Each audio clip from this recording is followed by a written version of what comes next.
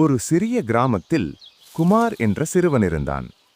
அவன் தினமும் கிராமத்தின் ஆடுகளை காட்டுக்கு கொண்டு சென்று மேய்த்துவிட்டு வந்தான். ஒரு நாள் அவன் தனியாக இருந்ததால் சலிப்பாக இருந்தது. அதனால் கிராமத்தாரை கிண்டல் செய்ய நினைத்தான்.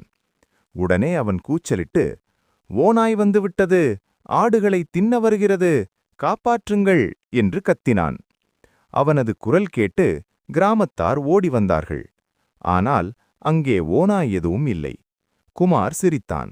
கிராமத்தார் ஏமாந்ததை அறிந்து கோபமாக திரும்பிச் சென்றார்கள். இதை அவன் மறுநாளும் செய்தான். மீண்டும் கிராமத்தார் வந்தார்கள். மீண்டும் ஏமாந்தார்கள். இப்போது யாரும் அவனை நம்பவில்லை. சில நாட்கள் கழித்து உண்மையிலேயே ஓநாய் வந்தது. குமார் மிகவும் பயந்தான். "உதவுங்கள், உண்மையிலேயே ஓநாய் வந்துவிட்டது" என்று அழுதான்.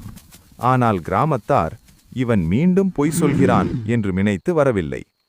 ஓநாய் ஆடுகளை தின்றுவிட்டது. அப்போது குமார் தன் தவறை உணர்ந்தான். "நான் முன்பு பொய் சொல்லவில்லை என்றால் இப்போது எல்லோரும் உதவியிருப்பார்கள்" என்று வருந்தினான். நீதி: பொய் பேசினால் நம்பிக்கை இழக்கப்படும். எப்போதும் உண்மையை பேச வேண்டும்.